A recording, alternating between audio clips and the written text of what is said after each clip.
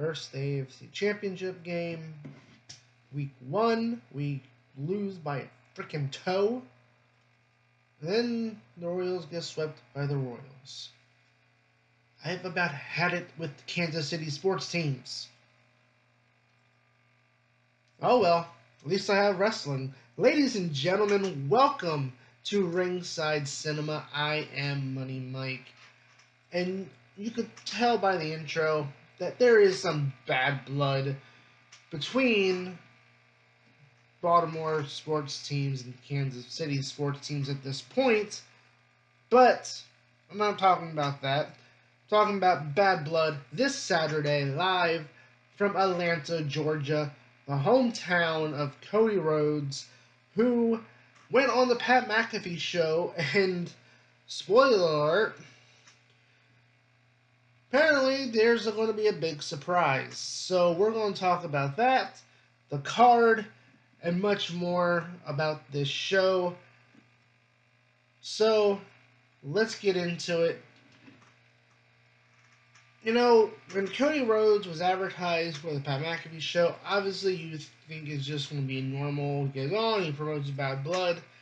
But Cody Rhodes decided to do much more than promote Bad Blood. He actually went on and said that there's something happening, or something's going to happen. He was teasing that there's going to be title implications at Bad Blood for Crown Jewel, which is the next premium live event on Saturday, November 2nd, taking place in Saudi Arabia.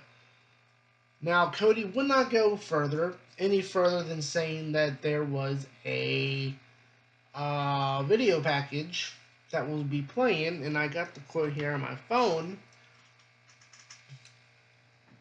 So he was asked about the championship not being defended this weekend. Not on the line this weekend, but there is something that happens at Bad Blood. I guess a video package, or a vignette that's going to play in the show. I've got to keep it vague. So obviously Triple H wants us to be speculating what is Cody Rhodes talking about, because otherwise Cody would not have mentioned this. But there are big title implications for Crown Jewel moving past Bad Blood. Little spoiler there. Oh, that's not a little spoiler, Cody. That's a big spoiler. Because you talk about title implications, and you look at the match, and I guess we'll start right there with my predictions. Cody Rhodes, Roman Reigns against Solo Sikoa and Jacob Fatu.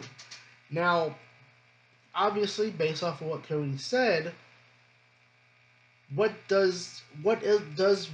title implications could be, for Bad Blood, for Crown Jewel? Because obviously we're going to get the third Roman Reigns Cody Rhodes match. So could this be something where Cody secretly agreed at the Georgia Tech football field, maybe off screen, we didn't see it, but maybe he agreed that if Roman agreed to tag team with him, or that if they won the match, he would give Roman his rematch. And I would not be surprised if this is the big thing that Cody's talking about, where, I'm going to predict that Cody Rhodes and Roman Reigns will win. And I think it's going to be revealed on SmackDown by a returning Paul Heyman, the wise man, who will then help reveal that Cody Rhodes agreed to put the championship on the line against Roman Reigns at Crown Jewel. Now, if I'm WWE, you want to make Saturday night's main event in December a big show, copy the Hogan Andre formula, where you save the Cody Roman rematch for the big return of Saturday night's main event. So maybe Paul Heyman says that Cody agreed to give Roman a title shot at a future date, which then you could then push to that. Could it be The Rock? Who knows? Could it be The Rock coming back to set up a title match for Survivor Series? Because maybe Roman and The Rock are still in cahoots. Who knows? Because The Rock has not come back since WrestleMania. So, yeah, this is going to be a big detail going into Saturday. Like, what will be the big surprise?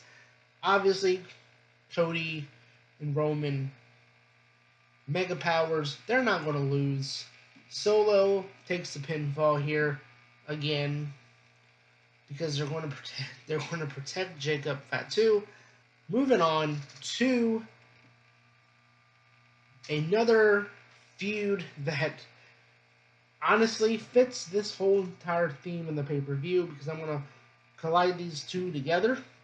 Finn Balor, Damian Priest, you got Rhea Ripley, Liv Morgan for the Women's World title with poor Dirty Dom in a shark cage.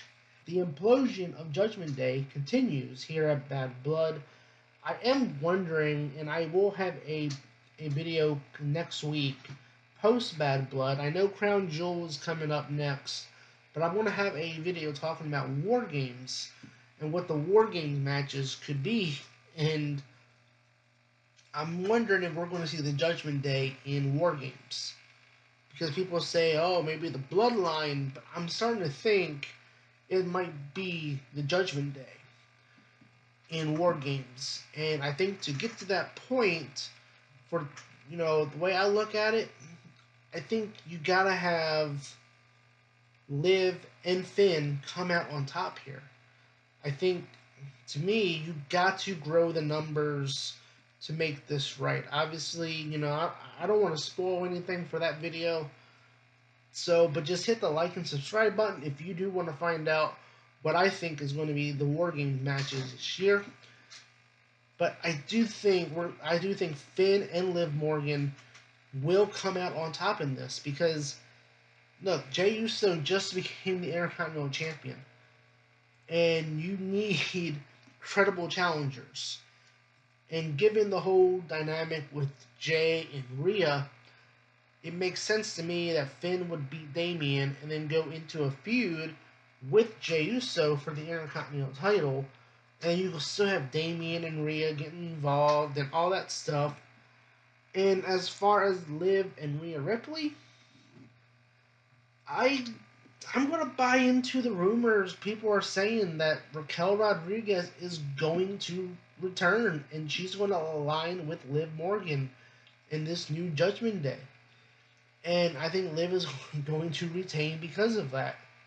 There's going to be antics with Dirty Dominic Mysterio. He might have like some, brass knuckles or something in his pants or whatever. He might try to throw down to Liv from the top of the shark cage, which I'm trying to figure out how that is going to work, because you have the Hell in the Cell already up there. So is the shark cage going to hang from the Hell in a Cell? I don't know. But like, to me, there's going to be antics. Judgment Day is going to get involved. But in the end, I think Liv retains the title again, because I think Rhea is going to keep chasing that title.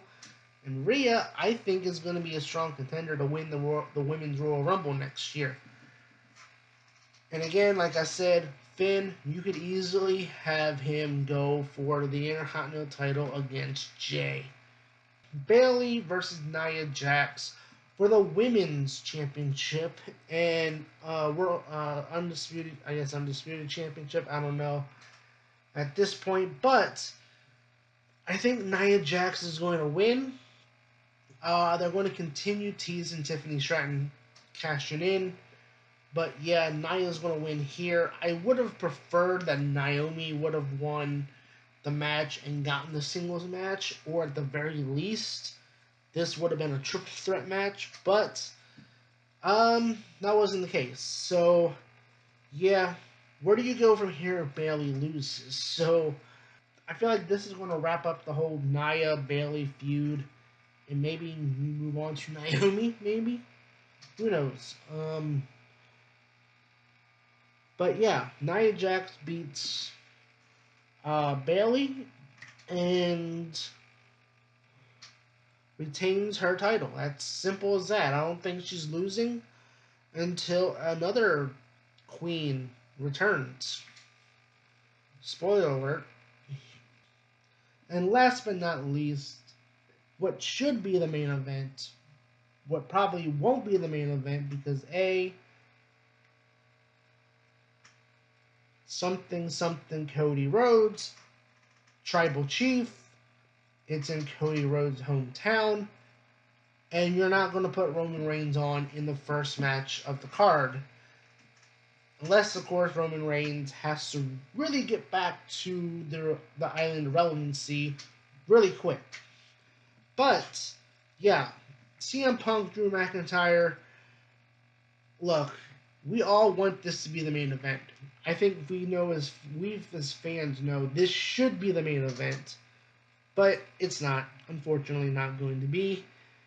So yeah, these two have been feuding all year, dating back to the Royal Rumble when Drew McIntyre injured CM Punk. He prayed for it. It happened, and then CM Punk cost him the world title at WrestleMania. Damian Priest cashed in. He cost Drew McIntyre the title again in Scotland. And so Drew won at SummerSlam. Punk won at Bash in Berlin. Now we're at the third match. Something's got to give here. And it's tough. I got to be honest. I wasn't sure who I was going to pick. But Adam Pearce says something on Monday. He said, this has to end. Like, these two have been feuding forever. This has to end. And that leads me to believe CM Punk is walking away out of Hell in a Cell. He'll be a bloody mess. Drew McIntyre will be a bloody mess. As Mick Foley once said, you enter the Hell in a Cell one person, you leave Hell in a Cell a completely different person. And that's what we're going to see on Saturday night. And I think CM Punk, Drew McIntyre, probably match of the night in what has been the match, the feud of the year. So, to me, CM Punk beats Drew McIntyre, sends the fans home happy, and leave your comment below. Let me know what you guys think. What is this big surprise that Cody Rhodes is talking about? Is it that he's given Roman Reigns another title shot at Crown Jewel? Potentially down the line at the Saturday night's main event? Is it The Rock coming back? Is it going to set up a Bloodline Wars Games? Let me know in the comments below and hit that like and subscribe button for more weekly wrestling content right here at Ringside Cinema. I'm your host, Money Mike, and I'll be back with more wrestling content. Ringside Cinema, living out the dream. Lights down, time to go. Cheers for heroes we know. Ringside forever bold. Wrestling never gets old.